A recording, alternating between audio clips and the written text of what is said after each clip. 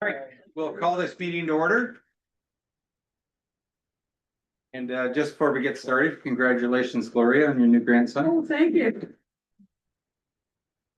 We would like to acknowledge that the land we stand upon today is the traditional territory of the Anishinaabe, the Haudenosaunee, and the Neutral Peoples. Can I get a mover and a seconder for the agenda, please? Moved by Councillor Deal, second by Councillor Stefler, that the agenda for the special meeting of council dated December 2nd of 2025 be adopted as circulated. All those in favor? And motion carries.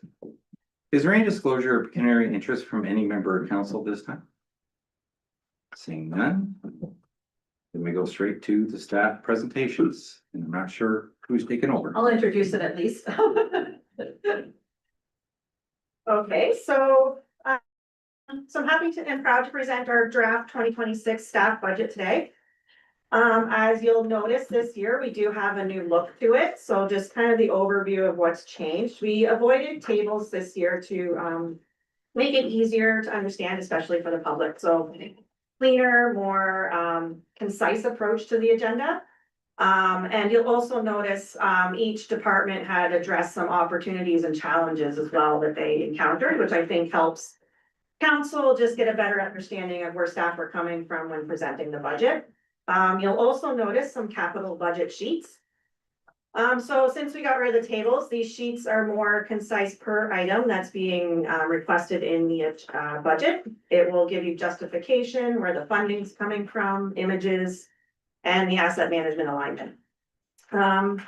You'll notice there may be some big increases or decreases when you're looking at each department.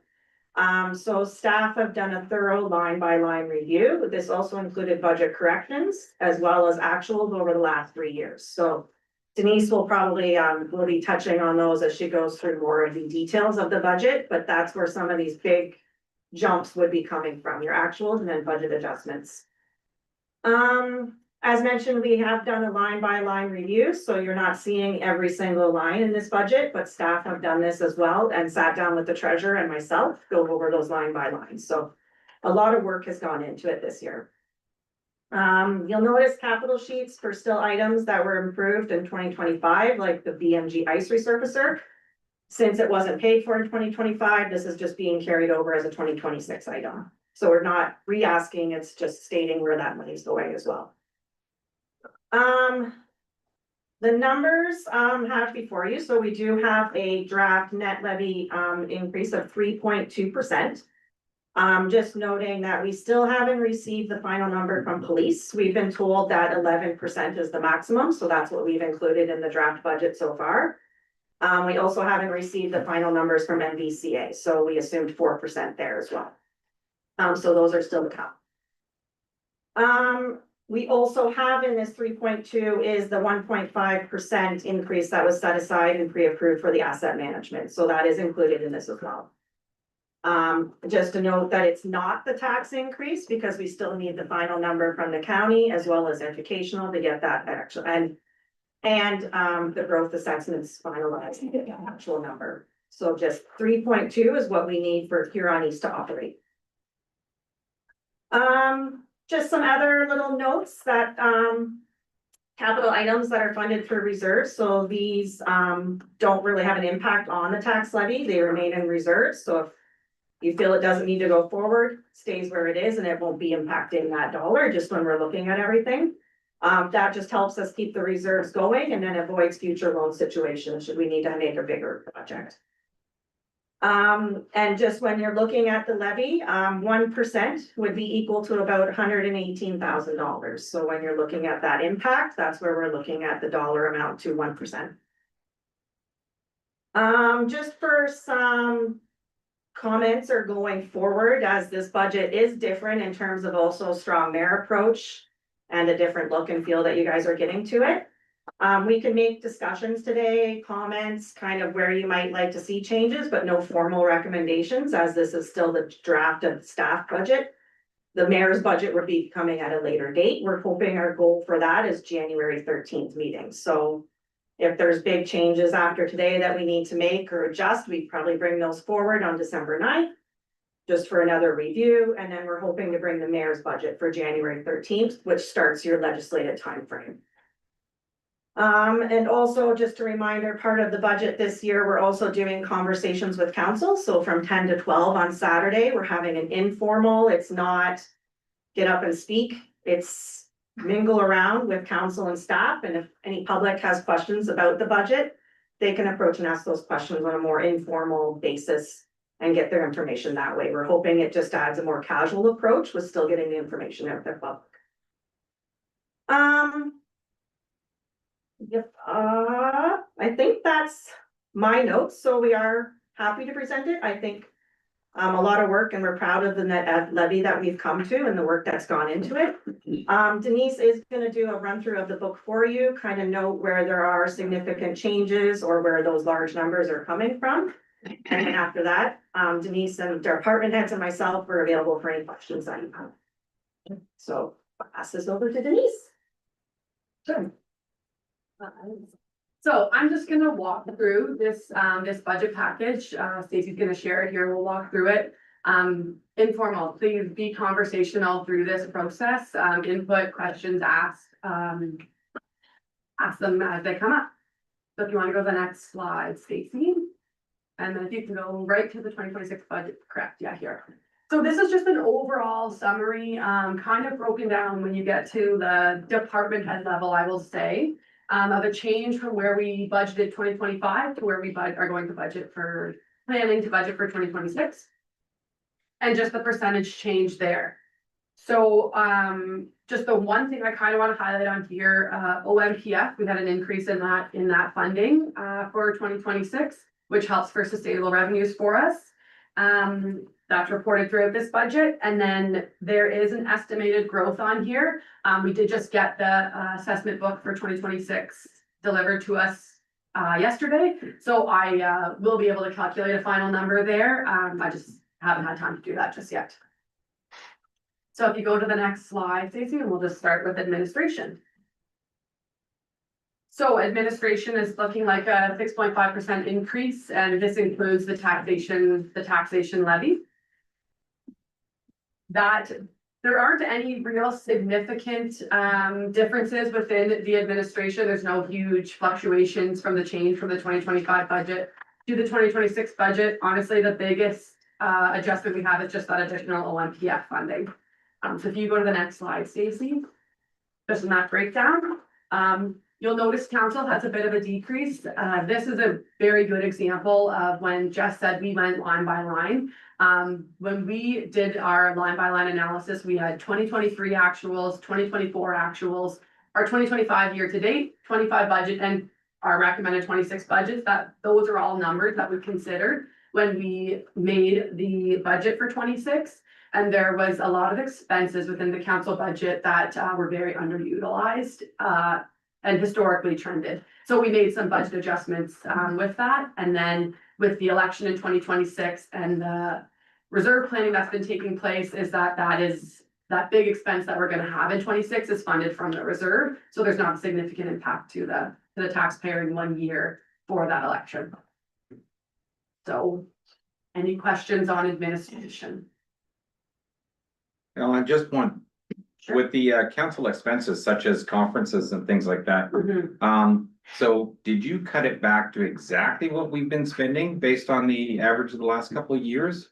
Or did you still leave some room in there? No, we certainly left some room. We were conservative, but I think that budget was upwards of over $30,000, and the last like 3 years, the most that had been spent was about 17. Okay. Yeah. Councillor Fisher. Thank you, Mr. Mayor. Next year, could we have 3 or 4 years?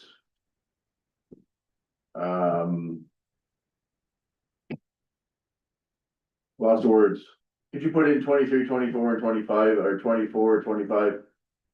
23, 24, 25 budget next year, so we could compare and see if there's any blatant trends that we should be aware of, please? Are you referring to the council expenses? No, Councillor in Fisher? general, please, Mr. Mayor.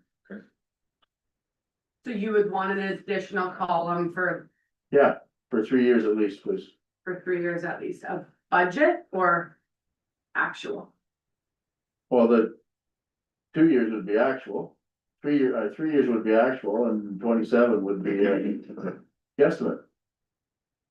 Instead of just having this is 25, 26. I would like to have seen the 23 and 24 just to have a comparison of whether everything's trending up or staying level, whatever.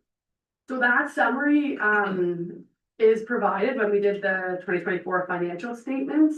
The budget to actual comparison is added at that time of where we are versus what was budgeted. But it could be So where would I find that and have that in front of me to compare to 26? so within that financial statement report that was presented back in October. One of your previous agenda packages. I can't do that. I can't ask somebody else to do it for me and read it to me. So that's what I'm after, please, is some continuity, if possible. Please. So if I can clarify, Counselor Fisher, are you looking for every single department or certain areas? And the reason I'm asking the question is, under, this is a year that we're spending a lot of extra between this year and next year because of some of the projects where we're getting assistance from the province. So we had to go ahead and do them, such as County Road or Highway 8 reconstruction, things like that. So those kind of throw numbers way out when you're comparing year to year. But certain things such as council expenses or things like that that are more consistent throughout the years And if there was, are a good comparison. I don't know. I think I'm saying this clearly and succinctly, but I guess I'm not. So this year we got the connecting link, $6 million. I know that. And if I was to have someone read it to me next year, I would realize or remember what that was, Mr. Mayor. But what I'm asking for is, for an example, BMG. The last 4 years, now that we have had the addition on and supposedly more ice time, more revenue, etc. Someone could tell me that and read it to me. So I would see if the addition was worthwhile, or maybe we should be doing more to promote ice time at SD and BMG, etc. That's what I'm looking for. Okay, Thank you. thanks for the clarification. Any other questions for administration? We'll go on to building and planning next. You want to go to the second slide, Jason? So our building department is self-funded, so the permit fees and things like that, fund for that, any offset goes into the reserve. So that stays the same. We have, like Jess had said, we don't have final numbers for the Maitland Valley Conservation Authority yet, so we've assumed 4%. They said it's being presented on December 17th, so we should have final numbers before January 13th to have that confirmed. You'll notice the crossing guards, it shows a decrease of 15%. So this is another budget change, which is a admin allocation. So the admin allocation was very complicated, and so I've simplified it quite a bit with this budget. And so some of the admin allocation we had in the previous budget was allocation of Sean's position of the building coordinator position through the payroll system. So we've simplified that a little bit and not allocated any admin there, just looking at the wages of the crossing guards. And then lastly, the planning, again, just budget corrections to true up expenses and revenues to trends.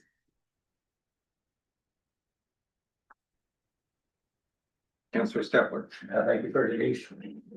As I went through the budget pack, it seems like prior years we were taking money, putting it here proportionally taking it, putting it here and then moving it back here. This report, and I just tried for clarification, was more condensed than where we have a large.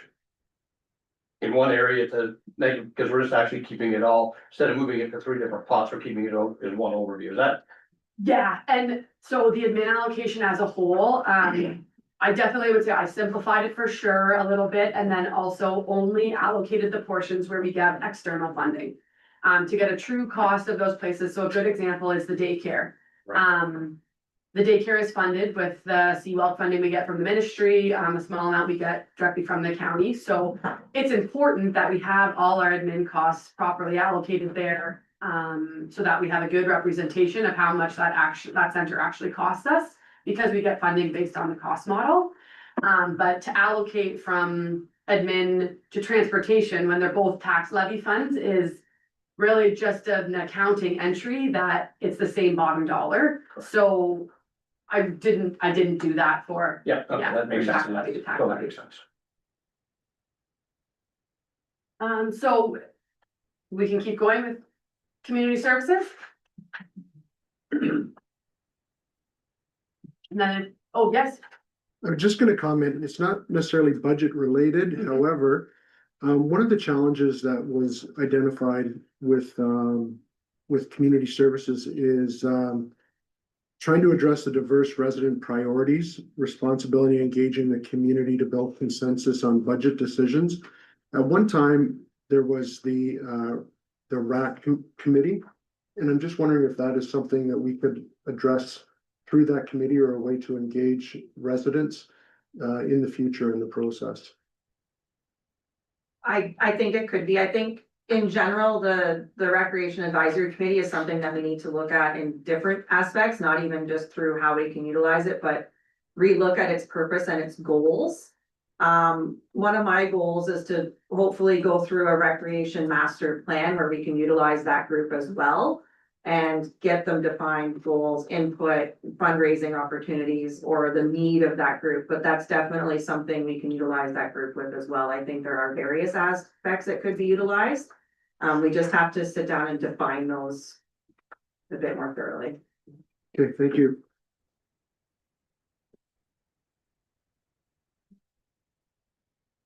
all right, so the community services breakdown, there is some bigger swings here, and so between the BMG, SDCC, VRC, and community services admin, there was an admin reallocation there, so that is a big part of it. But otherwise, the health centers, so our BMD and our FHT, those are self-funded. We collect rent at those facilities, and then we do asset management planning with reserve transfers there. The cemetery, the Russell Cemetery specifically, was a budget corrections to better reflect actuals. To true up to where those cemeteries actually fall. We've been under budgeting revenue for the last couple of years, I would say, so that's just a correction to better reflect that. And another big swing on here is the daycare. So we get CWELC funding from the ministry that we get through Huron County, there our CMSM. And so we had a big budget correction for the actual funding that we get on an annual basis for the daycare. So that's what the big correction is on the daycare.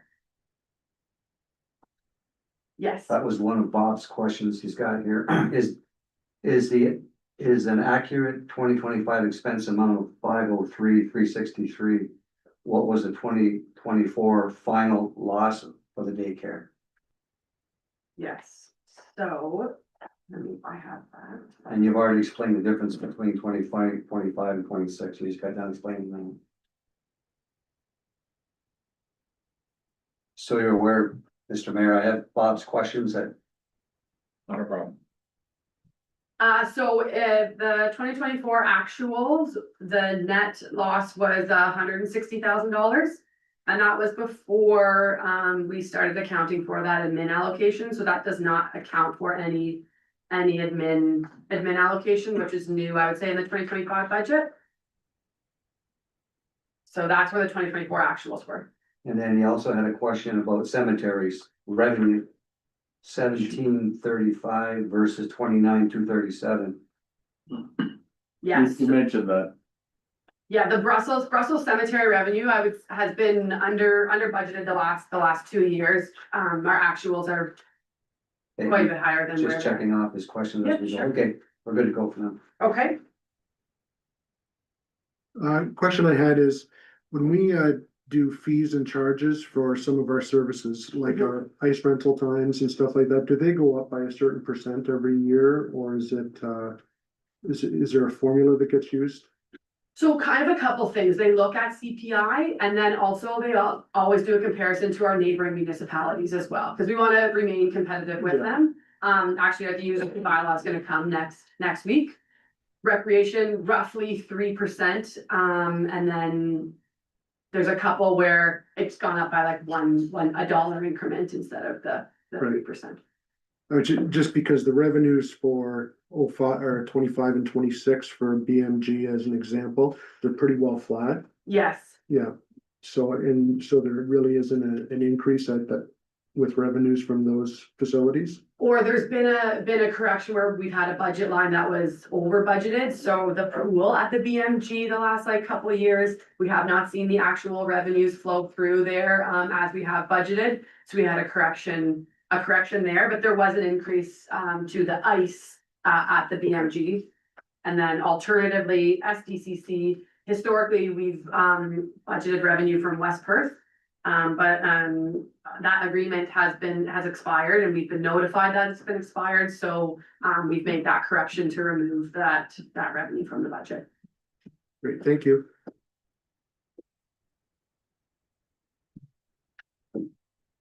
Okay, and then now we'll go on to economic development. And so I'm gonna go to the second screen there.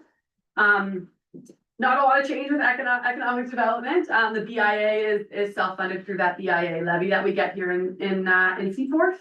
And then, economic development in 2025 budget, we had revenue from Huron County and RTO4 for the wayfinding project. Terralyn is just about done that. The last bit we have for the Parks and Trails signs will be completed in 2026, coming from our reserve with no external revenue, funding for that.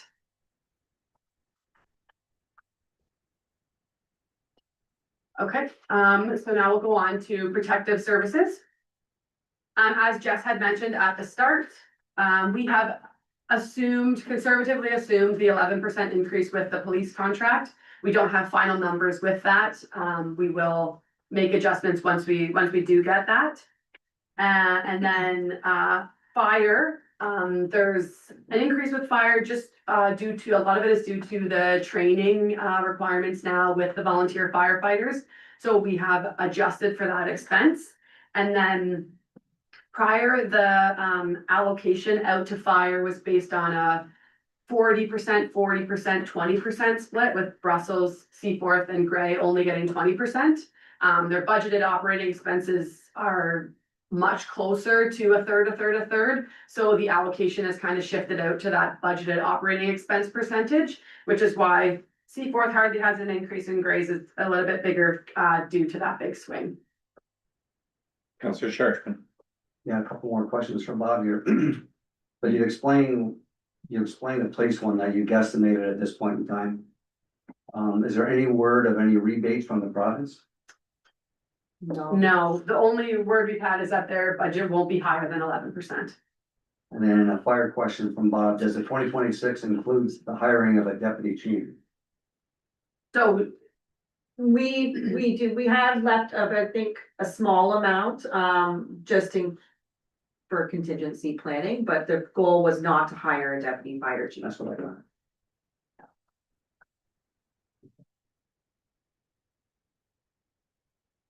Pass those two questions. Okay. So we'll move on to Public Works. Expected.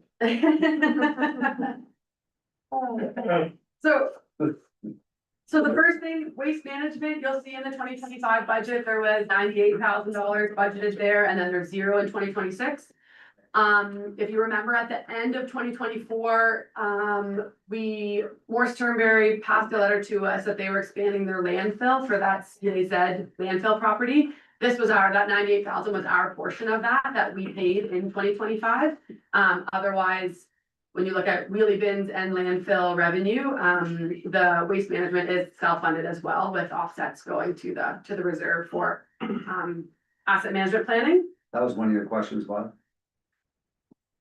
If I may, Mr. Mayor, please, I thought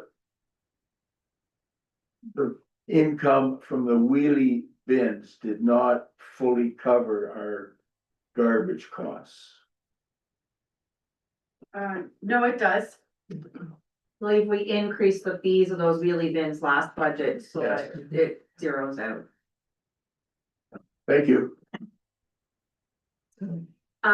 The roads transportation, just that transportation line has a bit of an increase, so that is mainly due to asset management planning, so the increase in the budget transfer, significant portion of it fell within the fleet here.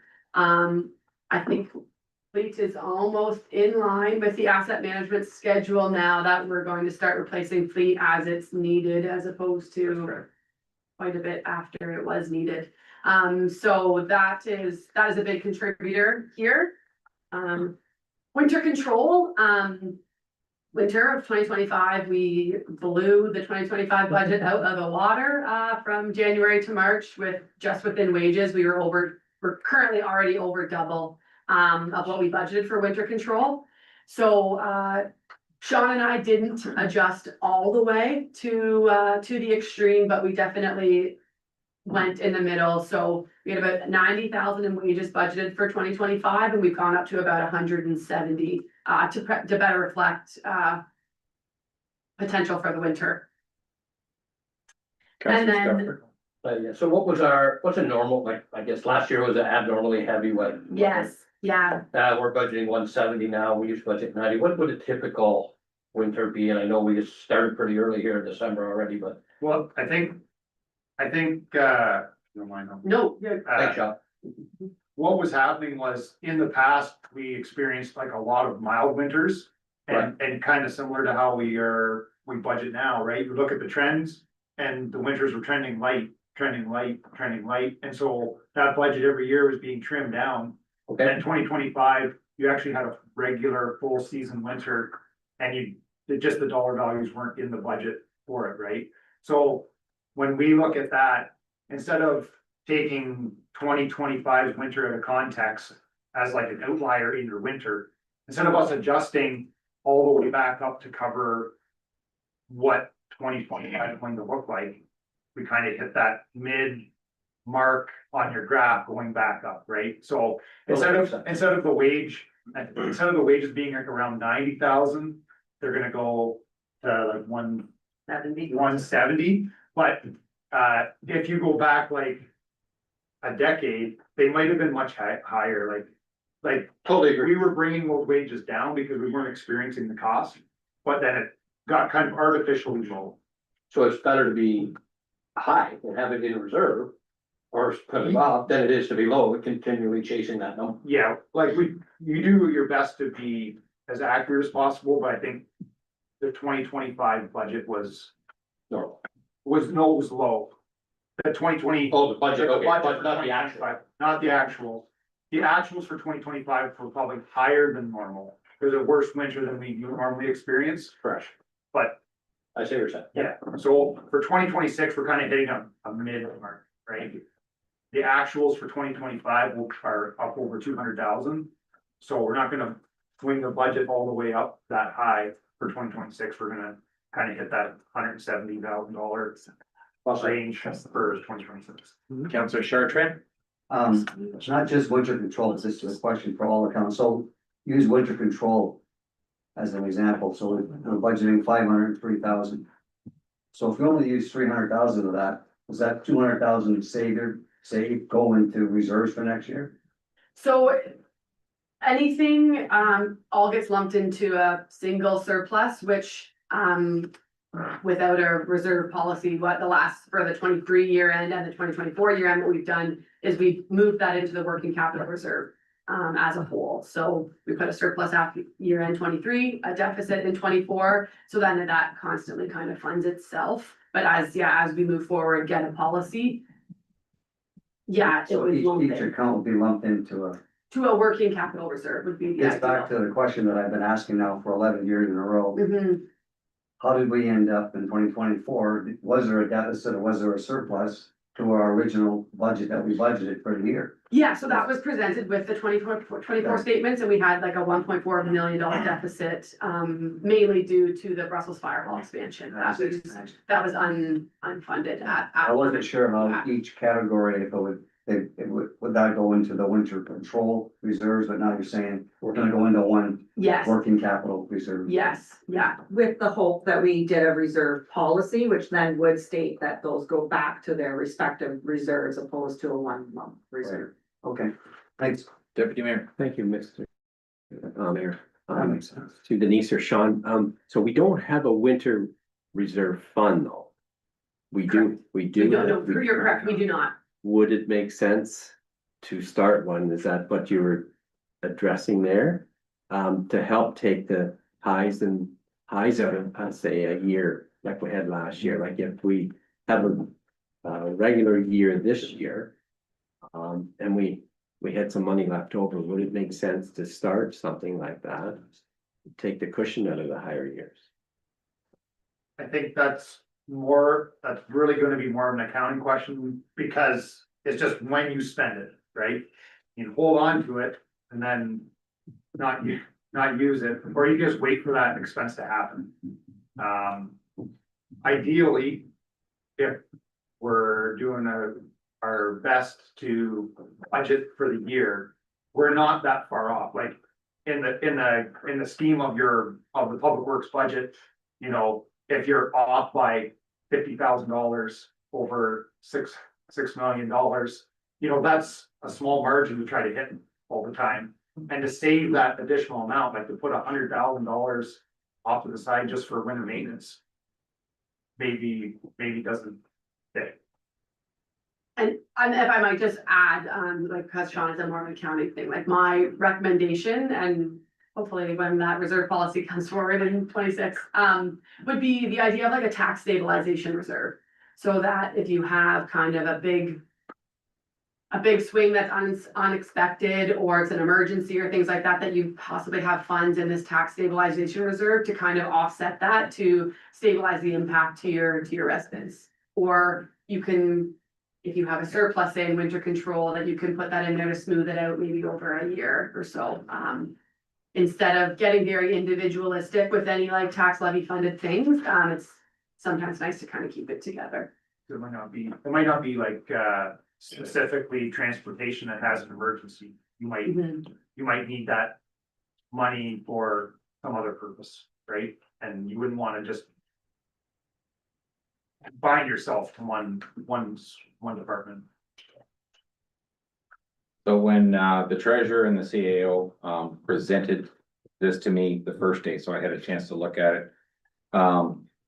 And they came through at 3.2%. I was asking the question, are there going to be some hiccup years down the road that we'll be aware of? And should we add an extra 0.5% to it so that we've kind of got that buffer, which is exactly the same idea. But it'll come down to whether council's willing to accept putting an extra 0.5% onto the budget that we do this year. It really just becomes a policy of council. So we certainly can do it. I do like the comment about the fact that it makes more sense to have it in one account so that you could draw it for any type of emergency that happened that year instead of just out of one.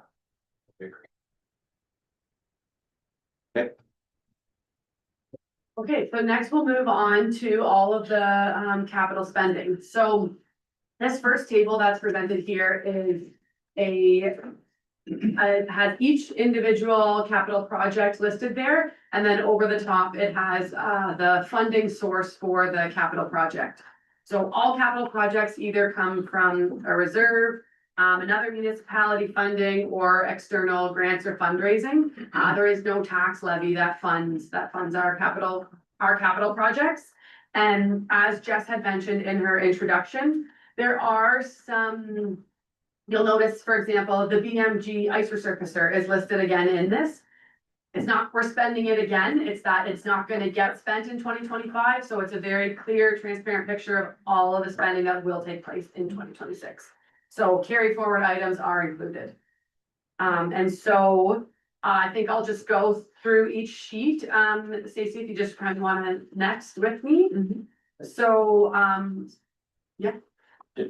Go ahead, Councillor. Stein. So just looking on the one column grants, yes, before we get too deep into different things, if Yes. there are projects that are grant related, we do not get the grant.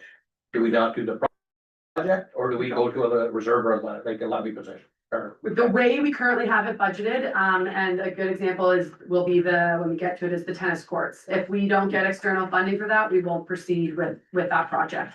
so it does some of not these- go to our tax base. So- Right, some of these grants are already committed, like we already have the connecting link, the housing, the safe water, that drinking, the seaport expansion, that's already committed. Those ones, the OFM, the fire grant, we already have that committed. Some of those have already been committed to us and are guaranteed for us next year. Some of them are not, but they are budgeted as such. So then just the number that you presented today with the two do not include, if they're anticipating that all the grants are getting, if not, they just go one for one and they don't impact anything. Unless later on throughout the year, council makes a decision to support it, but no, if At we this don't. point, correct, okay, yeah, thank you. But they're not part of the levy. correct, Sorry. That's good. okay. So the first sheet is the connecting link, so this is just a summary of what is anticipated for 26 with the roads, the water and the wastewater. And then just seeing the breakdown of what's gonna come from the connecting link grant, OCIF funding, and then the water and wastewater reserves themselves. The next project is, just rural paving, Canada Company Road, 6 kilometers, from County Road 12 to Beechwood Road. $967,000 funded by OCIF.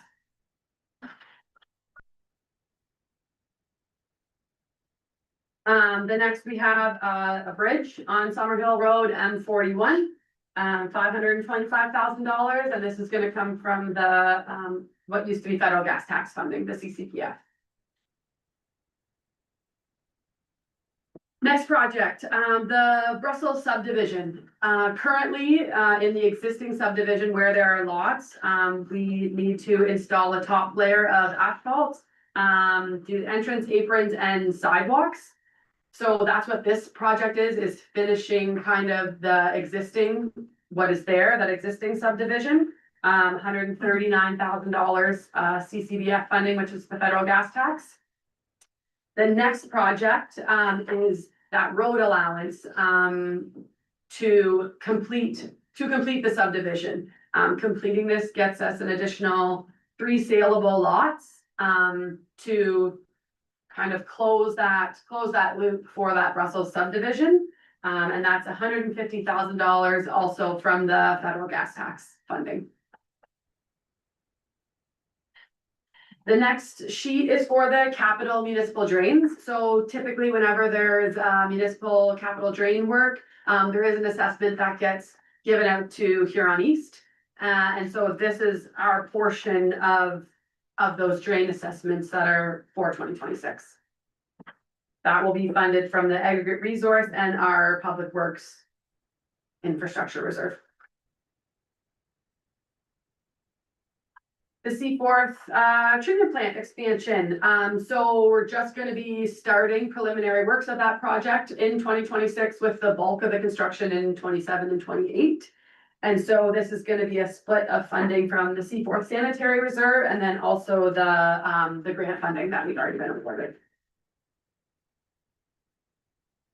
The next handful of projects here are more like major maintenance that's required within our environmental services, but nonetheless, they are capital. So the Seaforth sewage treatment plant, a clarifier chain. So this is replacing the clarifier chain there, $100,000 from the reserve.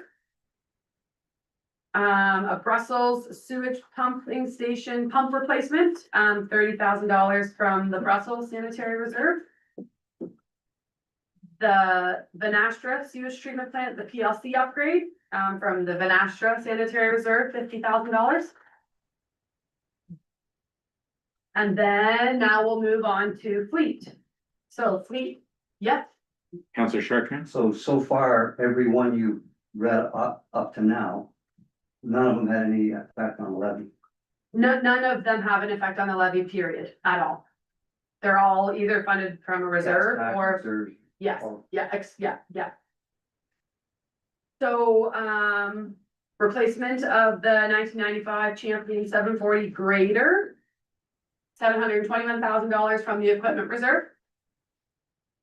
A chipper box for the one ton, which is $8,500 from the equipment reserve. Replacement of a heavy truck, $446,000 from the equipment reserve. And then we've got a light truck replacement, number one, $74,000 from the equipment reserve. And then, second truck replacement, also same amount, same reserve.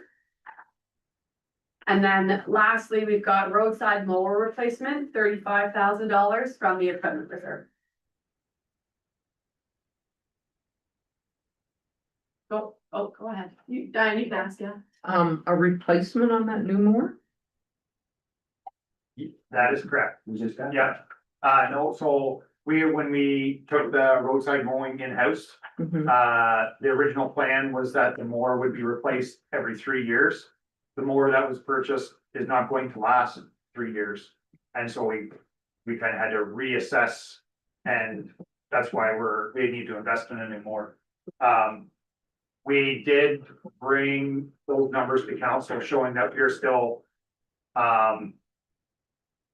Cheaper. we are still cheaper than doing an outside contract, Yeah. even with this mower only lasting 2 years. And the anticipation is going to be to try to hold on, like instead of disposing of this mower, it just is not reliable any longer after the 2 years of wear on it. So ideally, what we'll likely do is try to fix it in-house and just keep it off to the side in case we end up with any sort of like breakdowns with the newer mower. We can just switch and keep the process going. But yeah, it's the current mower is not going to last that long. Counselor Wilby? Was it not, through you, Sean, was it not heavy duty enough? That's correct. Yeah, Yeah, so exactly. much wear and tear and. I think after we had ran it for 1 year, we had some frank discussions with the manufacturer on its durability. Counselor Chartrand? So the new one that we're purchasing gonna be a heavier duty one? Yes, yeah, it's not the same, not the same maker model. Deputy Mayor? Thank you, Mr. Mayor. Through you to Sean again. And Sean, I just wanted to ask you about the price on the grader. I know it's a lot of money. Seemed like the last couple that went through the county were around 650,000, I thought. So I just wondered if you went out and actually, got prices or what was your procedure in that? Yes, we've got budgetary pricing for grader selections. One thing to keep in mind is that we have to make sure when we compare ourselves to the county or another municipality, is that the machine itself is comparable, right? So in that instance, the county uses a lighter grader than we do. They don't maintain gravel roads. They just do shoulder work, so they don't need the horsepower, they don't put as much wear on the machinery, that sort of thing. So like once you creep those models up in horsepower, or you decide to go to like more drives on the machine, then the price creeps up substantially, right? So this capital price is based on the manufacturer's budgetary numbers that they give us. Like, so we go to the manufacturers, Volvo, Cat, here, what's your kind of quoted price? And you know what I mean? And then that gives us an idea where the prices are going to come in as a tender. Yeah, thank you, Sean, for that explanation. That's, unfortunately, that's the only thing I have to compare to when I hear other prices out Yeah. there. But thank you, that makes perfect sense. If I could just follow up with just a couple of questions on the small pickup trucks that you're going to replace. Do they have a certain mileage on them now? Or is it just the year that's kicked them to the point where it's time to replace? That is how the asset management plan is set right now, is it's age based. I would say that age for the half-ton pickups is reasonable. Usually the way that it works is that it runs through the patrol foreman first, a lot of those vehicles, and that puts a lot of kilometers on our trucks. And we are pretty successful in keeping the operational expenses low on those vehicles for the first 7-ish years. And then after that, you are starting to look into more major repairs. And that's the time where we want to be disposing of it, right? And I think that's fairly well in keeping with that type of vehicle. That's why. Thank you. No, that makes perfect sense. I guess all I was getting at was if you had a pickup truck with less than $100,000 on it. All the pickup trucks that we have run for the last 20-ish years, they're all well over 300,000 kilometers before they're disposed. Well, it's probably best to, like you say, try to sell them like that. You can still get a decent dollar on Yeah. gov deals. So thank you very much. Counselor Chartrand. And that was one of my questions, all this equipment that we're proposing to buy, except for the mower. They're good enough to sell used and get some money back, like the grader and the trucks. You mean like what equipment, the equipment that we're replacing? Yes, Probably the 95 grader, the resale on that is not going to be great. It's not as if we're selling like a 2015 grader.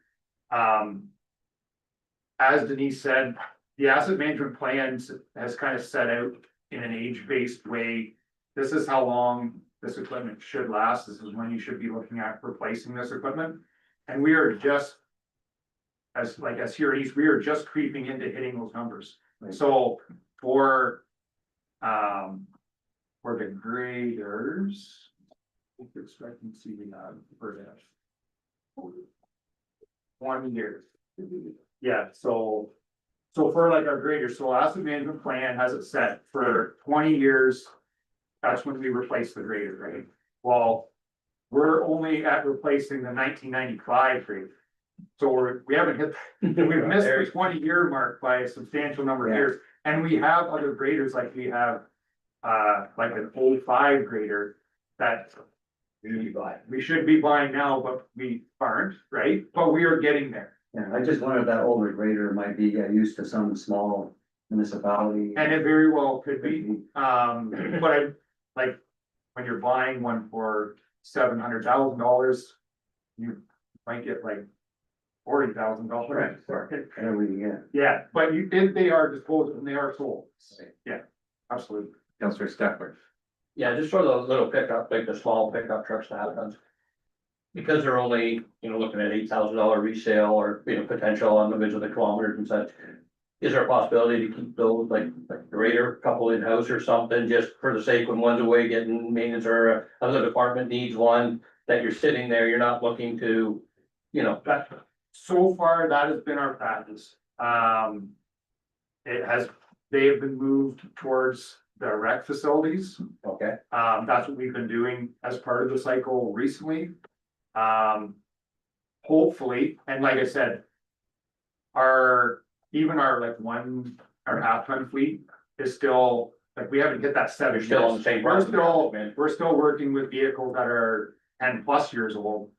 And so sometimes recycling them down is tough because you're getting into those high operational costs and you're just shifting it to another department, right? But that is the goal, is to try to, if you have a vehicle that is in moderate shape, you might want to hold on to that Because if we start to getting into regular cycles, regular asset management planning.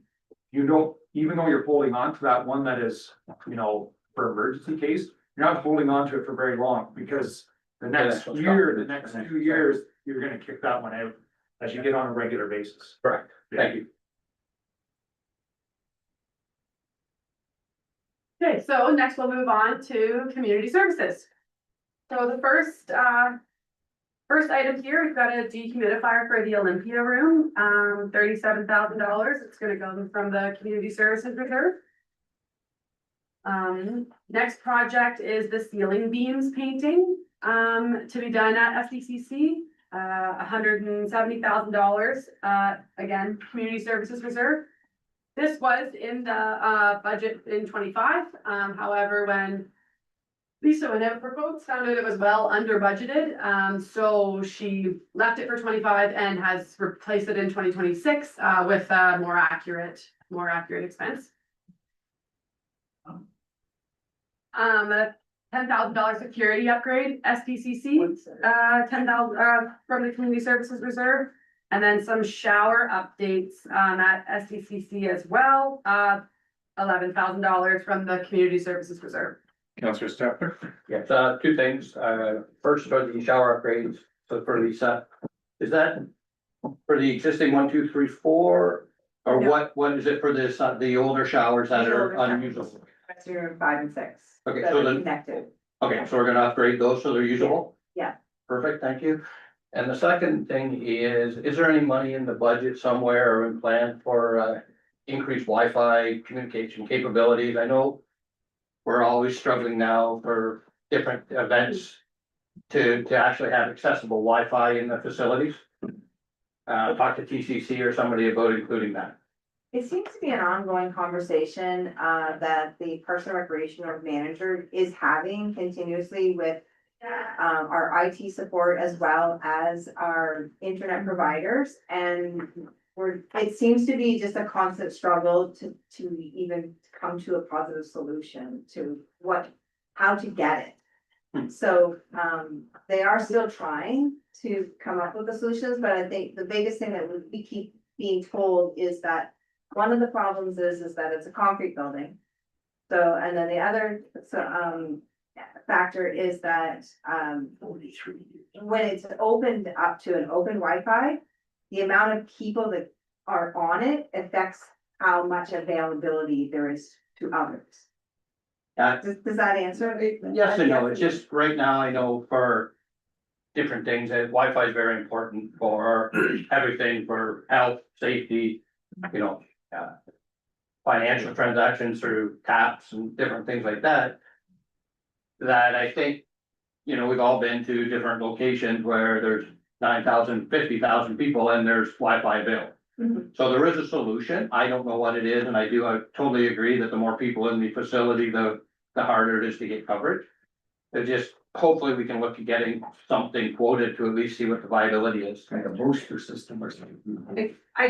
Sorry, if I can just jump in, we have been working with IT in general, and the budget we got from him does include updating the wiring and improving the network reliability and extra configuration for the remote sites, including the arenas. So some of that, it might not be the best, it's part of the discussions that Dave has also been having, but our IT consultant Continuit is putting that with the budget they gave, is putting those considerations for arena networking into our budget as well. So where would that be in this budget then? So it's within the administration. Administration, not in this community. Yeah, because it's Yeah. covered within. So it's being looked at, it's already being conversation. It's a Yes. discussion that we're having regularly because it's for Right. a lot of our buildings, not even just arenas. So Right, it's not just Yeah, arenas, the it's building. all public buildings, that's right. Mhm, Yeah. Counselor Fisher? Thank you, Mr. Mayor. To Councillor Steffler's comment, Sandy and I helped at the toy show this weekend at the arena. On the door, and the most common question we had is, where can I get some money? ATM? Why can't I have why isn't my phone working? And from the vendors, why can't we use debit? And if you don't have happy customers, you aren't gonna have customers, so hopefully this goes forward expediently, because it's been for 30 years, it's been a complaint up there. And then my own question on this would be also at the Seaforth Arena. Could we get an upgrade to the sound system or a new sound system, please? When we do our Lions dinner up there and Super Saturday, it's atrocious. Trying to get the sound out to the people in the building. Being in the auditorium? Auditorium and on the ice, I think too, Counselor Steffer, or Counselor Rick Chartron, sorry. Definitely in the auditorium. Thanks. Denise, I just had one question about the whole shower thing. It's covered for, under your community services reserve. But it says that the impact of the operating budget will be $1,000 per year. Is that just, you're putting more showers in, so you're using more hot water, or where did that come from? Yeah, that would probably just be a. What? I don't think that's not like over and above, that's probably existing what the showers roughly would cost in a year, yeah. If you, yeah. Next project is a floor scrubber for SDCC, $15,000 from the reserve. And then that's it for SDCC. The next sheet is a compressor for BMG, but actually just recently chatting with Lisa, this is likely to be delayed to 2027. Dave said that this compressor will be able to last for 2026. And so we're gonna push this project off to 2027. No impact, the bunch will stay in reserve. And then the next sheet is the ice resurfacer. Again, this has already been awarded, it's just the resurfacer won't be here until 2026, so we won't actually spend the dollars until 2026. And it has been ordered, or is it still, it has been ordered? Oh, hasn't yes, it has been ordered. Yeah, thanks. So the next project is the BMG pool. This is just looking at kind of fixing the cracks along the pool deck and replacing the pool pump. There is currently no health code violations or anything for with the deck, that is the way it is. And I guess council needs to probably make a bigger picture decision on the long-term planning of that pool, because the expense to completely replace that deck is fairly significant. So right now, the plan is just to kind of repair the cracks, get a new pump in that for 2026. Yeah, okay, and that totally would be what you talked about, CAO, that's the RAC committee coming, and putting priorities in place, and that's a good way, knowing that 400,000 is a high piece. Last year we had, in approval, a heater as well, but I don't see a heater in here this year. I believe it was purchased. Was it already done? Was it completed? The heater was a relatively newer one, and it's not required to be replaced, it's in. Okay, so it was in our budget last year, but it's working fine, Yeah, everything's it's good, working okay, thank you. Yeah. We're only in a 2 month or 2.5 month period, so I wanna make sure the water. Who did the analysis on the deck itself? I'm questioning, like, is the cement moving at all, or it's just cracked, but it's all solid in place? It is solid and in place. It's just cracked in certain spaces. It hasn't been brought forward as a major issue, as a tripping hazard or anything like that. It just has cracks in it. And again, like Denise said, public health, has never brought it forward to us as an issue or a concern. So being proactive is a good idea for it, and to find ways to conserve it as much as we can. And so I think that talking with our building and facilities coordinator, as well as our park and recreation manager, they feel that if we could just bring in some to have the cracks repaired, that we should be able to have some longevity out of it versus replacing it. We did have somebody come in and give us a price on what it would take to take the deck out. And it becomes and like as Denise said, it will become a whole different size project, so, breaking up concrete, hauling it away is a massive expense. Then we also have lines to replace in the pool. Then pool has to be brought up to date to code, current code. So we would be looking at like over a $400,000 project, so. The only reason I was asking was, had anybody ever looked into that rubberized surface that they put on tennis courts?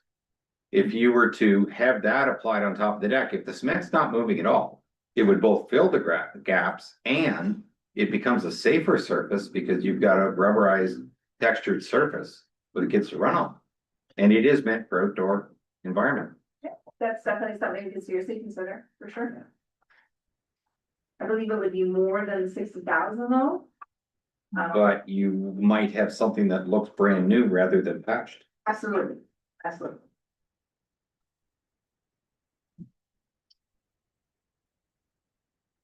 Next project is for new equipment at the daycare center.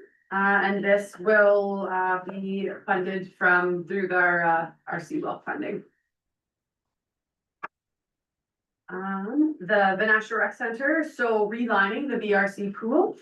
$74,000 from the community services. And then next we have the tennis courts here in Seaforth. So the court refurbished with concrete around the exterior and fencing. And that is $150,000, which at this time would be coming from external funding, whether that would be grants or other sources. Councilor Chartrand. Yeah, this whole project is a bone of contention.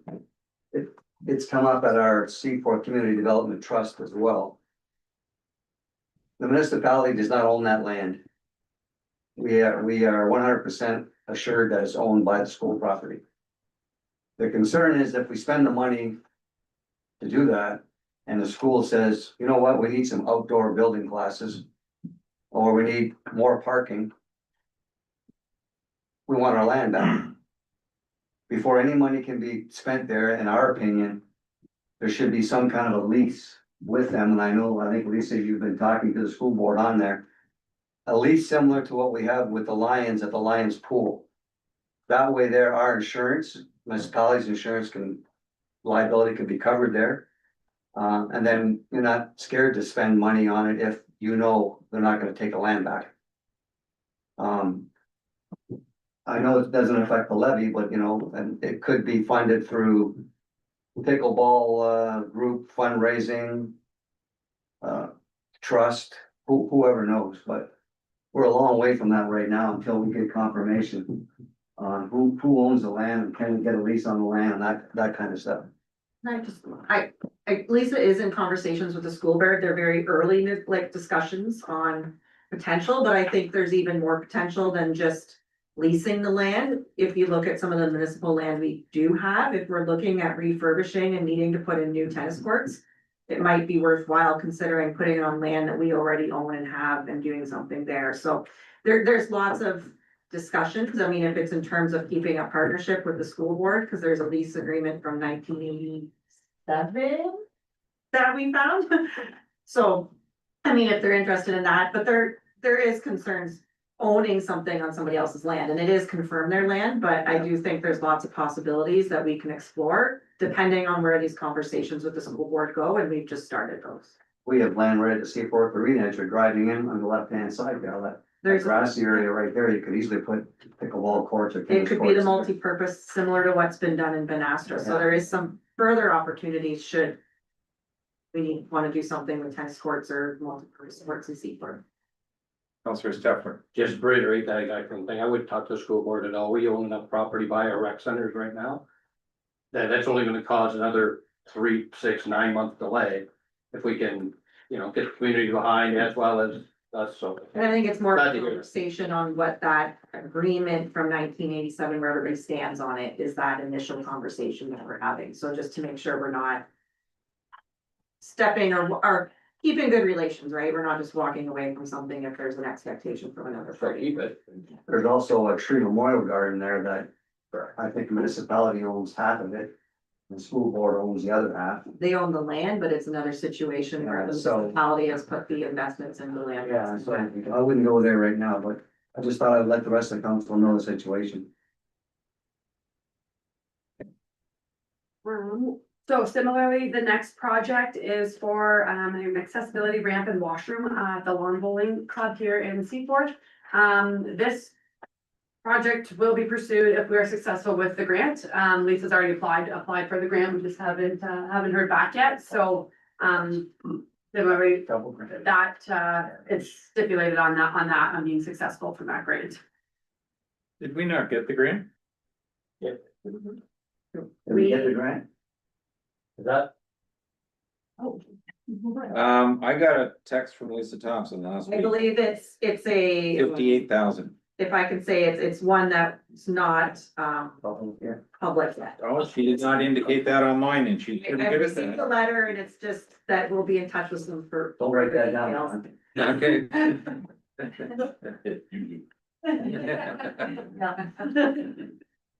Okay,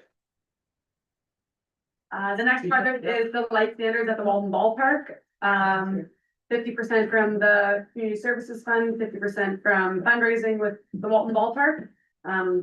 In there 80,000, but I do believe they got a quote for it that came in less than that. Haven't heard them out, yeah, but hopefully. Yes, but either way, 50-50 kind of is a split there with that project. Similarly, sorry. Just had a question around that. To me, it seems like it's a health and safety concern, and I don't know that we need to rely on fundraising efforts for a health and safety concern if we fall short of the fundraising, as an example. Okay. I just, with the kind of numbers that we're talking about here, but if we're close, I think it should be looked after just from that standpoint. we already had one fall down. it's easy to make that statement about health and safety concern, but you also gotta take into consideration. Health and safety concerns on things that we have to do. Absolutely, it's a necessity, we're responsible. Health and safety on something that we supply as an amenity, but isn't a necessity, is a different story. And having community involvement into covering those costs is appropriate, I think, because we don't have to have ball diamonds anyplace in the municipality. But sharing the cost with the communities that use them the most seems reasonable if the taxpayer pays the other half. My opinion.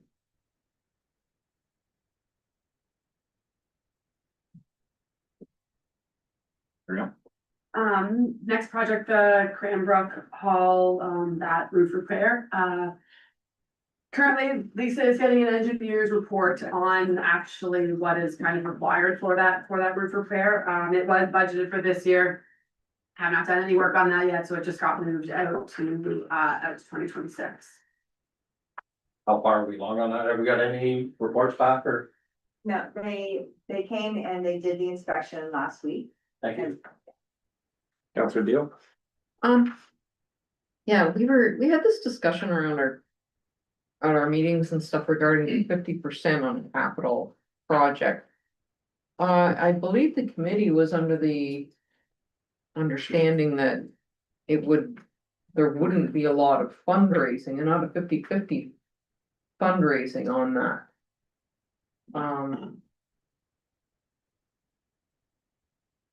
This one we carried forward to how it was last year, pending on what that engineer's report is looking like, because I think we stated that. If it falls within the asset management plan for replacement, there wouldn't be a fundraising component to it because it's a structural based item that falls in the asset management plan. This one is, I do not believe it's up for replacement in the asset management plan, so it's kind of making sure that what's being done is structurally and actually needed from an engineer's perspective, so it's not just a want. I guess that's where the two comparisons are coming from. When we originally put this in here, I believe it was a want that came up, so we want to replace the roof. So I think that's why it was put in the budget as 50-50, but those discussions would potentially change based on this engineer's report. Thank you. The next is this Brussels Cemetery, cemetery tractor. the $60,000 from the community services reserve. So, same question we had last year. Yeah. I was just gonna say it's a carry forward, cause it was still in the budget from last year that was never spent. There was gonna be a review on if it was needed and then come back with a final report of nix it. The council decision of, no, we're not going forward with it, or yes, do something, or continue with what we're doing right now, so. By remembrance as well. This is kind of a carry forward until we have that actual Correct, thank you. final decision. Counselor Wilby. Through you two, that's, is it possible that we can share with another municipality, like? Or is it our cemetery, like, It's our cemetery, it's Brussels, but I think right now, you wanna give an update of kind of how we've been operating to date? Yeah, Or so, what our expectation is on that? yes, so the Brussels Cemetery has been, this year it was operating kind of status quo with how they were doing grave opening and closing previously, so. We have an outside contractor coming in, opening the grave, and someone else is also bringing in another, piece of equipment and working together. And it seems to be working well, but at the same time, those two parties are eventually wanting to get away from it. So still trying to find that solution, but at the time, they're satisfied with how we're operating right now. thank you. So it could be a decision on if it's something that we contract out on a more permanent basis officially, or go through with our own services. Yeah, cause I thought I'd heard that at previous meetings, so thank you. We have looked at sharing equipment in the past, and some things make really good sense. The county has their own fleet of line painters for the highways. Makes perfect sense because you don't have to do all the roads in 1 week. We've talked about sharing a backhoe, essential hearing at one time. But the problem is, if you both have water main break the same night, who gets it, kind of deal. So there are some, and same thing as a leaf sucker machine. Like, you want to pick them all up at the same time. It's not like he can do some of them in August, it just doesn't work that way. It's a great suggestion whenever it's something that can be spread out to different times of the year. But unfortunately, we are finding that there's too often, and maybe renting out or hiring the service is more economical depending on how often you have to use it, I'm not sure. But it's gonna be Public Works or somebody else that's gonna have to come back and answer that question. Deputy Mayor. Thank you, Ms. Burns, for review to Jess or even Lisa. So have we been in discussion with the cemetery board itself? Is that where the directive is coming from, or is it administration that's asking for this? So back in 2024, it was when it came from the cemetery board that they were wanting a new tractor. So, and because the current one they had is an older piece of equipment. They sent it in, they've had a couple of repairs on it, and some of it was unsuccessful.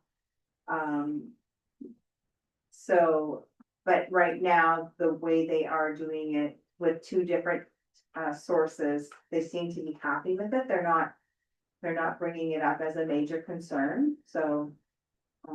But again, like I said, it's just carried forward and it's still on the budget to determine how we do this.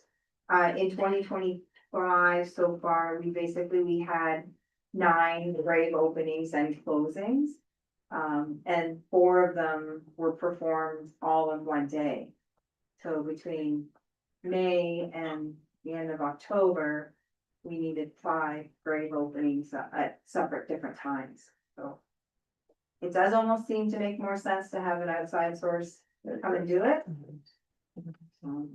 We talked about trying to find a piece of equipment that we could utilize between the Parks and Recreation Department and the cemetery. But there doesn't seem to be a happy medium that that piece of equipment would meet the needs for each, right? So it'd be too slow, not efficient, cutting grass. Or versus if it was something that would be more efficient to be cutting grass, then it's something that's not big enough or adequate enough to open a grave. So there doesn't seem to be anything in the middle there. Councillor Wilby, do you have another comment? Oh, as far as the grave opening is concerned, But they do have a mausoleum, not every cemetery does, so they have that option. It doesn't have to be done. Like, as the mayor was suggesting, that it would be the same day. It can be, put off, and like you were saying, how many they did in one day? Well, that's because they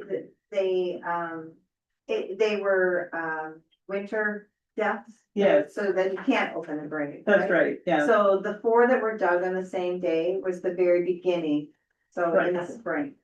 I think it would be a really hard time to explain to families that they couldn't have their service because we're not going to do it, so we can do 4 at the same time. It'll be awkward. I'm glad you're making the calls. Yeah. So, but that was the reason why 4 was done on one day, it was at the very beginning, so, and so families were wanting to move on and their services in. Okay, carry on. Okay, so that's it for community services. So now on to administration. So the first project you'll see here is just kind of an update to the town hall council chambers. $75,000 coming from the admin reserve and the building reserve. Looking to, paint, replace the carpet, and as well do the same in the committee room too. Not that I'm a carpenter, but it seems like a lot of money for just a refurb in here. It's mostly the flooring costs as well as, with the wainscoting and the frames, it would be more convenient or easier for drywalling to go up and paint it opposed to the time spent to remove and Okay, sand. Sorry, my technicalities aren't. John Hill doesn't, John Hill doesn't. It is John who provided the quote, and based on kind of the cost that was done in the clerk's office too, it's a similar amount of spacing, and along is also taking into consideration doing the same in the committee room. Thank you. Just out of curiosity, were you planning on putting carpet back in or some No, sort of the same hardwood flooring that's downstairs. Okay, And then and painting the hallway to continue the look across to the committee room. thank you. The next project is council IT, so there's an election in 2026, so update and replacement of the tablets for new members of council. I would just point in, this isn't all of them, as you remember, we replaced devices kind of midterm this year, so this is just for any that potentially won't last for another 4 years. So it's just because we're trying to squeeze these to about 6 years for the devices, it's just putting a contingency, because replacing all 11 would cost more than the 11,000, so it's just in case we need to replace the one-offs. Next project is just regulars keeping up with IT replacement of internal laptops. That's the $10,000 from the reserve. Economic development, so $5,000 just for decorations, just maintaining kind of their revitalized look and staying current from the economic development reserve. And then the next project is the last phase of the wayfinding signage, $25,000 as well from the economic development reserve. And then next we'll get into the fire projects. So we've got some PPE, $8,000 for each station, split from the grant, and then Morris Turnberry's portion for the Brussels. Next project is decontamination equipment, as well, similar, $8,000 for each station, and then funded through the OFM grant and Morris Turnberry's portion for the Brussels station. Inverter for each fire station, the similar funding model, the OFM grant and the Morris Turnberry portion for the Brussels fire station. Next we have the extrication equipment, so more equipment is needed in Seaforth and then Gray and then Brussels, so it's split out based on need there. And it's going to come mainly from the fire protection reserve and then Morris Turnberry's portion for the Brussels equipment. Radio communication equipment, That was budgeted for this year, is not happening, is getting moved to next year. Similar, from the Fire Protection Reserve and Morris Turnberry's portion for Brussels, $60,000. And then, lastly, the $90,000 that was in this year's budget for the Seaforth Fire Hall, the washroom renovation. That is, the quote is just getting completed. The project will happen in 2026. No, They weren't doing the water it's not dedicated to washrooms, it's gonna be. It's minimum maintenance. Yeah. Right, yeah. From the fire reserve. And then the last summary on here is just a summary of kind of our 10-year capital spending outlook, is that top table. And then the table below that is just the year ending balance for, the reserves that fund our capital projects.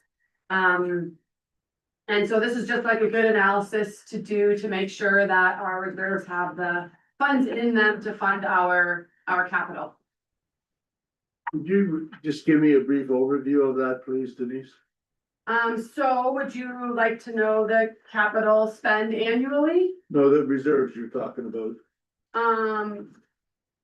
Sure, so. At the end of 2026, the budget expectation is that the reserves in total, that we use for capital spending will be at approximately $16 million. And that's after accounting for the spending of the year, so what we have coming into it, what we spend during the year, what we put into it for the year, and then that's our ending balance. You said 16 million? Correct. That's all the reserves. That's all. That Yeah. includes sewer and water, right? Correct. Which is what I. Yes, that includes the user pay as well. Okay, Yes. And so you'll see that. We're gonna have a slight increase and then we're gonna get into a couple of years in 2029, 2030, where they start to decrease quite a bit. As expected, because that's the whole point. You build them up to use them. So that is the goal, and then you build them up again to use them. So Good plan.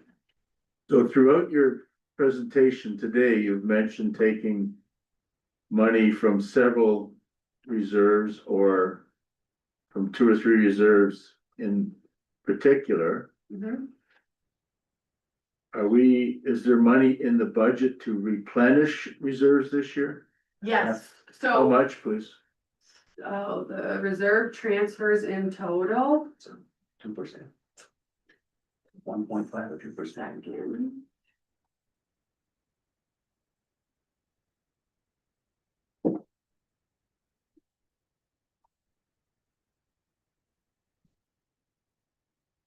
So including user pay and including every transfer that we're putting into the reserve, we are gonna be putting in approximately $7 million into our reserves in 2026. And we're going to be taking out approximately 9.3 million. $2 million. Would it be too hard to separate the user pay from money raised through taxes going into reserves?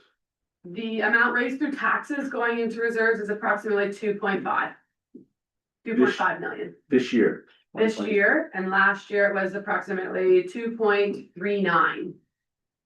So the difference accounts for what what council approved in the June asset management plan, that 1.5% increase to the capital reserves. Right. So that is the increase on the tax levy portion. Thank you. Deputy Mayor. Thank you, Mr. Mayor, through you to Denise. Denise, I know it's down the road in 2031, but I notice on their roads, bridges, storm drains, et cetera. To get to that, most of them columns drop right off to nothing.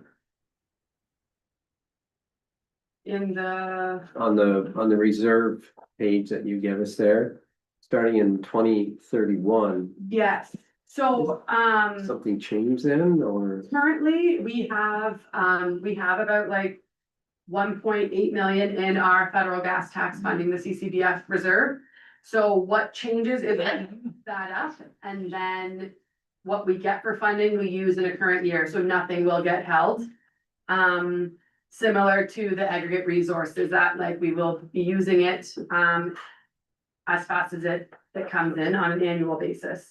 So that's the difference for that, but then you will see the Public Works Infrastructure Reserve builds and grows there. Yeah, I thought that's probably what it was. Yeah, yeah. And if I could follow up with just another question on our, well, maybe I should mention that. No, I'll let it go right now. I'll talk to you in a second. Counselor Chartrand.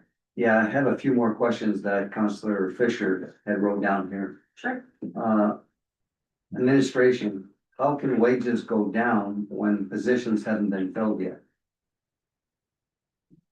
Because you're starting, anybody coming in would be starting at the bottom of the scale. So a lot of the people that were in those positions would have been in a Lower grid. higher in the grid or in the scale of that position. And potentially, most likely, somebody coming in who would be at the bottom. So even in my case, predecessor was at the top of the scale wage, I'd be starting at the beginning. So it's those gapping, I guess is what you can call them, gapping dollars. That answer that, Bob? Thank you. Where do planning revenues come from? So that's like site plan agreements, planning applications, Megan. Severances, part lot control, zoning changes, zoning amendments, minor variances. And those fees are captured in our fees and charges, and we go through a review with the county and other municipalities to set those rates, and then they stay, I think it's a 5-year, but they're set to increase based on CPI every year. And then every 5 years, we review the time, the effort, the impact on staff time and what it takes to do those applications, and that's how those fees are set. They already explained why the revenue went down at the Seaport Arena, Bob, because of the perf West Perth. West Perth. Yeah. going out. Community services, how can 2026 be lower net tax levy for 2025, Bob?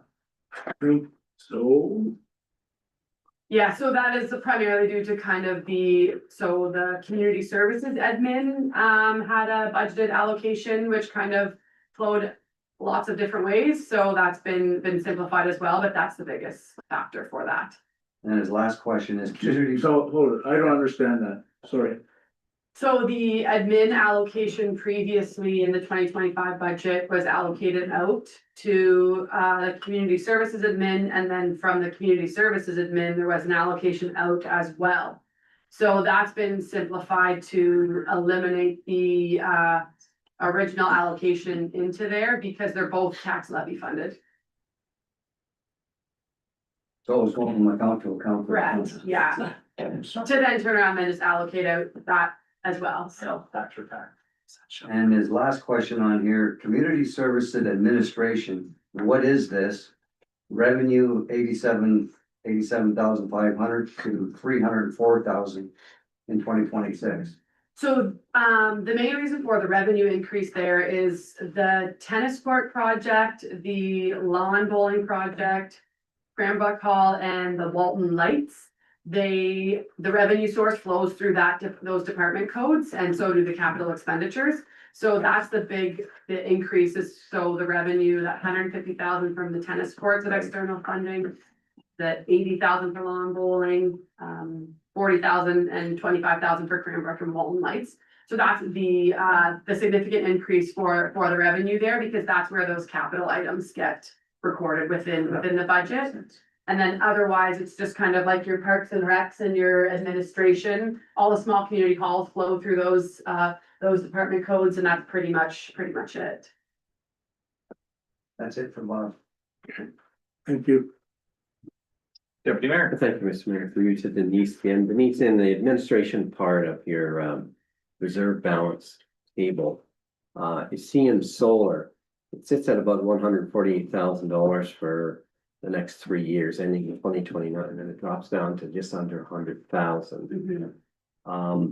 Is there like a contract over with? Is that why it drops down, or are we taking money out? Because I see it stays stable and for the rest of the table?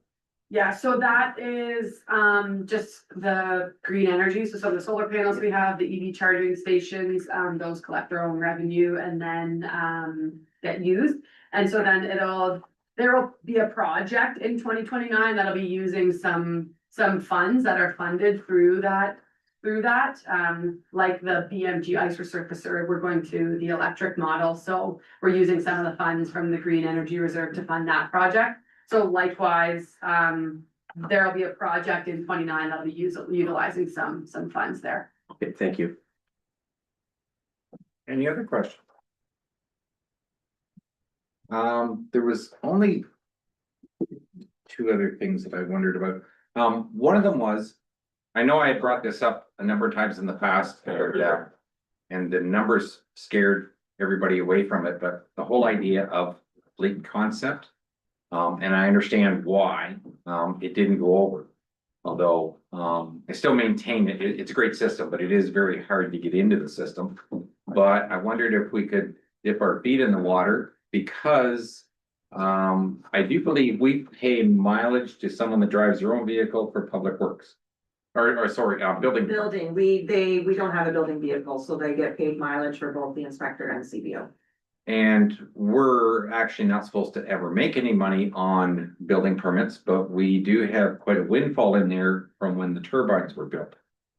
So would this be a good opportunity to actually purchase a vehicle for that department that is used for that department only? And it's not a personal vehicle for at home, but then we could start to bill out on a regular basis so that when that vehicle needs to be replaced, it's charged out to that department. And the funds would be there when the vehicle has to be replaced. And that kind of gets our feet in the door, but doesn't cost us anything on our budget right now. And it's something that future councils could review and say, hey, this makes sense for whether we do it with our snow plows or other pickup trucks or whatever down the road. Doing the entire fleet at once is just never gonna happen. We can't afford it to do it that way. But this one here isn't gonna cost us anything on the tax levy to try this as an experiment. And it would be, 3 or 4 years down the road that you really have to ask the accounting department if this is a good method of how to handle it. And I don't know if council has any appetite for that or not.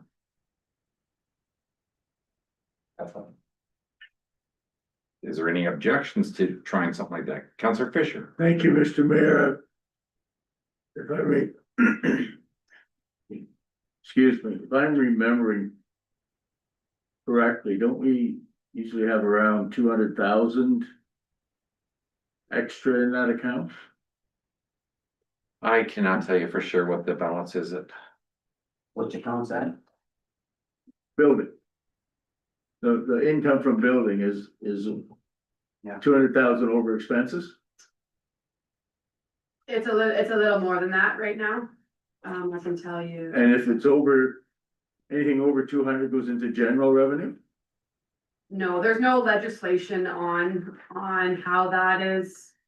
How I that, thought that's what we did historically. Anyway, is that the money you mean to use for a truck, Mr. Mayor? Yes, it is. Yeah.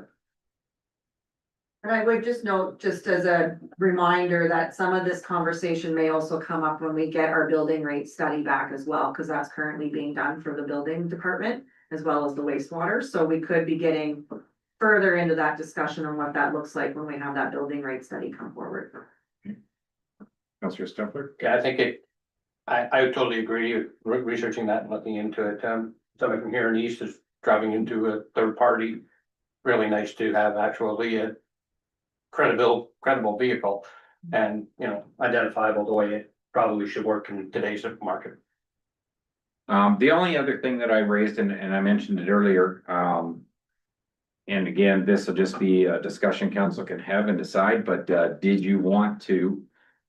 I was shocked at the 3.2 based on the numbers that we had talked about in the last few years, so I was really happy when staff informed me of that. Certainly council has the opportunity to bring back anything that they have concerns about or think there's a need to change.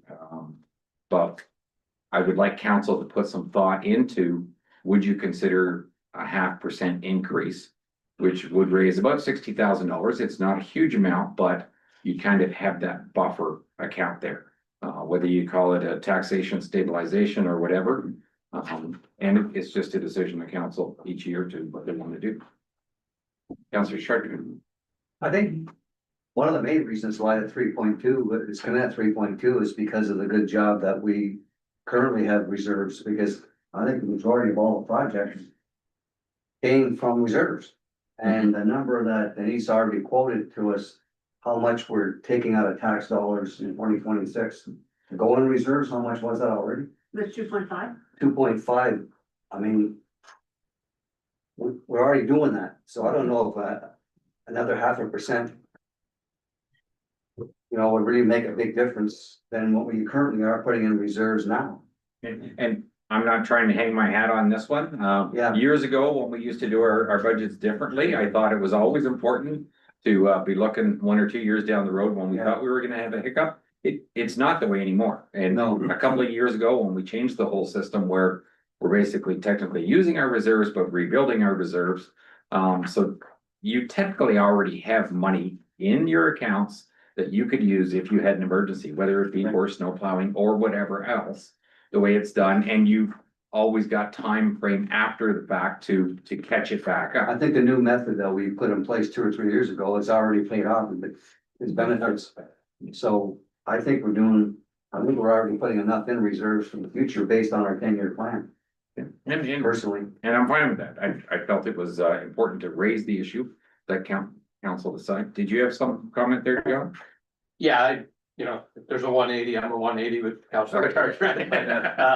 I think we're a developing and a growing municipality with future costs that are really going to enhance. So I think right now, I think by putting a little bit extra aside, and we did get caught there a few years ago where we had 10 and 11%, that having that bit extra over year, potentially, we're in great shape right now. But putting ourselves planning for the future is vital and important. So, we can talk about it. Councilor Chartrand? I just want to make a general comment. I think staff has done an excellent job with this budget. I like the new format. It's easy to read and understand. And I know they put a lot of time into it, going line item by line item, so great job. Appreciate it. John? Yeah, I concur with Councilor Chartrand and staff, excellent. Hopefully, people from the municipality come out Saturday. That really helps us as council when staff and people say, well, why are you doing this? Well, if you would have came up, we could have told you. Right, so very precise, very concise. Excellent work, and last year's was like this. There's a binder and tables and stuff, and this year is like this, so I imagine, talking to the general public and explaining it will be easier. So thank you. I'm not as hopeful that we're gonna see anybody. It'd be great if they did come out. Unfortunately, although we always fret over what the increase is gonna be, it's not to the point that it is driving the public to town hall to complain. Correct. So on the other side of that is they must feel we're doing a pretty good job with the monies that we are given. Except if you go in the coffee shop. It wouldn't matter if your taxes were 0, you'd still have those. That's right, that's right. All right, is there anything else that anybody, as far as budget goes, that they want to discuss? Yes, Councilor Fisher. A question, if I may, Mr. Mayor, is Mr. Marion here? No, he's not. No, maybe Lisa could help me with Denise then. BMG usage. For years now of the Reno. What kind of ice time are we looking at usage? Does either one of you know? So the ice time hours have been increased significantly, including more ice time on Saturdays and Sundays is being utilized that wasn't being utilized previously. So they have increased a lot of ice time usage. So it was 25 hours before. So what is it now, 40? I don't have that exact number on top of my head. It's close to that, Councilor Fisher. It's running at full capacity. Full capacity is Well, 4 to 9, Monday to Friday, all day Saturday, all day Sunday, pretty well, BMG, correct. thank you. Counselor Well, we're Sharp. on BMG, how do we stand on, the people that pledged money for the renovations outstanding? So we just sent out letters about a month ago to people outstanding for, 2025 and had a few come in. And when we sent those letters, we also included the amounts that they owed for 2026 as well. So I would say so far in 25 we collected about 50%, of what people have pledged, and then still waiting. And then there's still a whole year of 2026, so When does that end? Is it 27? next year, Next year. yeah, next year's the last year. So there is about $230,000 in 26 So- in outstanding pledges. So you said in 2025, 50% of the people who pledged? Let Or me, 50% of the money, let me pull it up. so like if 100 people said they pledged in 2025, half paid, or am I reading that wrong?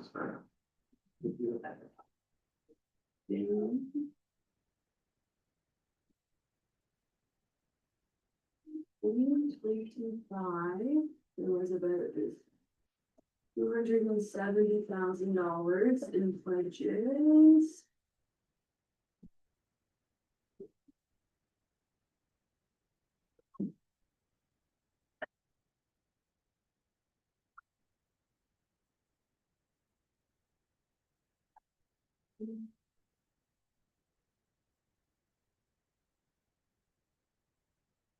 $170, and we have about 150 outstanding still. So people are behind then. So people are behind, yes.